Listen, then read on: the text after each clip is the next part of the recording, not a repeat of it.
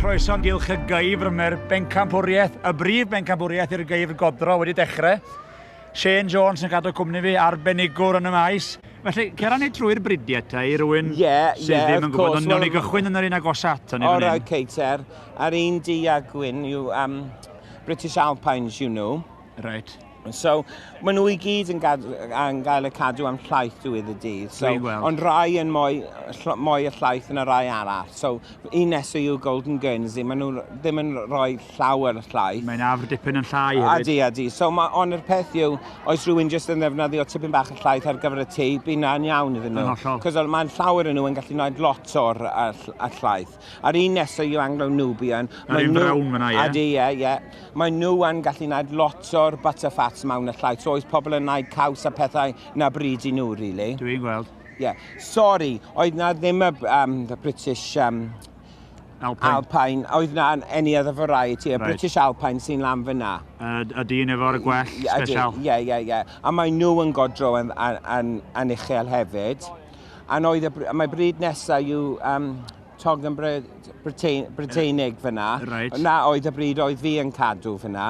So mae byrniad wedi dechrau tynnu nhw allan nawr. So mae wedi wneud y meddwl lan. So falle fe ni'n symud lan i edrych beth sy'n digwydd lan fyna. Iawn te. Ti'n meddwl bod yr un orau mynd i fod yn y pen pella?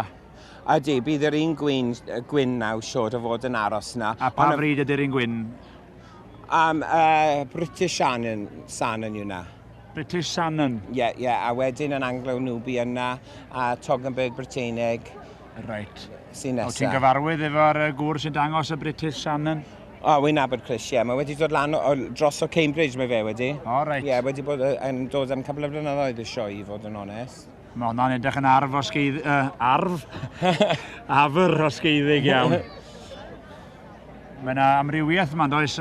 Mae'n mynd nawr trwy gyd. Fel pan oedd fi yn berniad, ni'n pico allan ar un sy'n mwyn cymryd gatre, i fod yn onest. Reit. Mae hi'n gallu ail meddwl a newid nhw o gwmpas naw oes mae hi'n moyn, ond fel arfer lan yr top, maen nhw ddim yn symud nhw unwaith, maen nhw na. Felly mae'ch pres chi ar y Shannon Prydeinig, yr afr wen? Wel, wi'n meddwl y gafr yna yn redig trwyddo flwyddyn, so mae wedi cafodd y kidsi 2 flynedd yn ôl, so mae wedi bod yn godro am 2 flynedd. Felly mae yna hanes i'r afr yna? So na beth sydd wedi helpu i fod yn onest. Dwi'n meddwl bod hi'n cerdded draw at rai cynta. Yn jyst gael yr ail edrych nawr. Jyst fod yn sio. Mae yna lot o eifr yn y cylch i fod yn deg, a mae yna amrywiaeth yma, oes? Oes. Os oes rhywun yn gofyn, oes gafr eto, wel oes, yn sicr mae yna sawl un yn fan hyn. Ie, mae 1 neu 2 fan hyn, efe? Oes. Dwi'n trio... Mae yna waith cofio'r bridiau yma i gyd, a gweld beth yw'r rhinweddau o nodweddion y bridiau. O, tipyn, ie. Chris Nye, oeddech chi'n dweud, oedd y British Shannon yn yna, ie? Ie. O Cambridge maen nhw wedi dod draw. Mae wedi ennill fan hyn y pencampwriaeth salwaith, i fod yn onest, dros y blynyddoedd diwetha. A wy'n meddwl yr un tu ôl fer yn dod o'r un gatref, i fod yn onest. O, di'r ddwy o'r un lle? Ie, ydi. Na bod i gilydd yn iawn. Wel, nhw'n ni adael i'r beirniad grafu pen am funud, dwi'n ôl yn y man i weld pwy sy'n mynd i gipio'r brif wobr. Wel, dwi'n dal yma yn y cylch geifr, Shane Jones yn cadw cwmni fi, a mae'n na densiwn yma fan, achos mae'n ar fi'n goeddi pwy sydd yn mynd i gipio'r brif bencampwriaeth i'r geifr godro. Y beirniad wedi gosod nhw'n y drefn, dyn ni'n meddwl sydd yn mynd i orffen i fyny. Dwi ddim yn meddwl bydd nhw yn symud nawr, ond ti ddim yn gwybod. Ac ar y funud fel mae'n sefyll, yr afr wen bellad i wrthyn ni, y British Shannon, neu'r Shannon Brydeinig, mae'n dal i siarad efo'r steward. Ydy. Ac yn ail, yr Anglo-Nubian, yr un perchenog sydd ar ddwy, Mr Chris Nye. Felly, ar y funud, fel mae'n sefyll, cyntaf ail... Ie, mae ddim yn symud nhw nawr, mae'n ysgrifennu yr rifau lawr, bydd nhw ddim yn symud nawr. A trydydd un yw Jenny Hicks, o jyst tu allan o'r Llanbedr, mae'n dweud, nid Cyfyrddin, fel dweud ni. Llanbedr, o fydd y dod Cyfyrddin, o'n i'n dyfalu enw yng Nghymru. Fi'n meddwl oedd Jenny yn gobeithio tipyn bach mwy, ond bydd ddim digon hapus i siwr o fi gael preis gwobr gyntaf yn y sioe, achos mae'n rhywbeth nawr ydw e. Toggenburg yn dod, Toggenburg Brydeinig. So, yn ffodus bydd y gwobr ddim yn aros yn Nghymru eleni.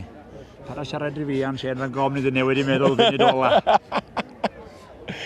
A dipyn o dorf wedi hel yma wan hefyd i edrych ar y cystadlu. Ie, mae'n pymblog gorau iawn. Yes, dwi'n meddwl bod nhw wedi trafod a'i gilydd. Just fod yn siŵr popeth yn iawn. Ie, sgwennu'r rhifau mae gyd lawr. A maen nhw werth i gweld nid nhw, mae yna arddangosfa wych o eifr yma. Digon i ysbrydoli neb i gadw geifr. Neu fita caws gafr falle. O, felly. Wyt ti'n fan o caws gafr? O, wy'n caru ie, mae'n ddar. Ac yn iachus. Ydy, mae'n, ydy fe. A mae lot o pobl nawr yn bwydio cig, ydy nhw hefyd. Ydy, mae o'n gig blasus iawn hefyd, ond y rai byw sydd yn mynd am priniar y funud. Mewn i'r cylch fan hyn am llaeth fan hyn, so... Ie, yn hollol.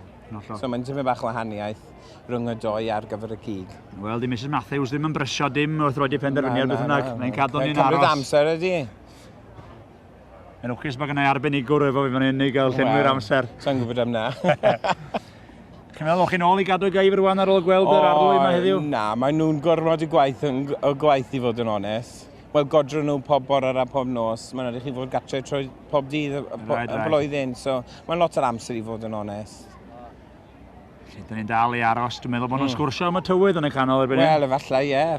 Ond nid rhy boeth heddi, so dyn ni yn lacus heddi. Mae'r tywydd wedi bod yn well, achos mae'n gallu bod digon anghyfforddus yn y cylch yma. Dyn ni wedi gweld y moch. Mae'n gallu fod, ie.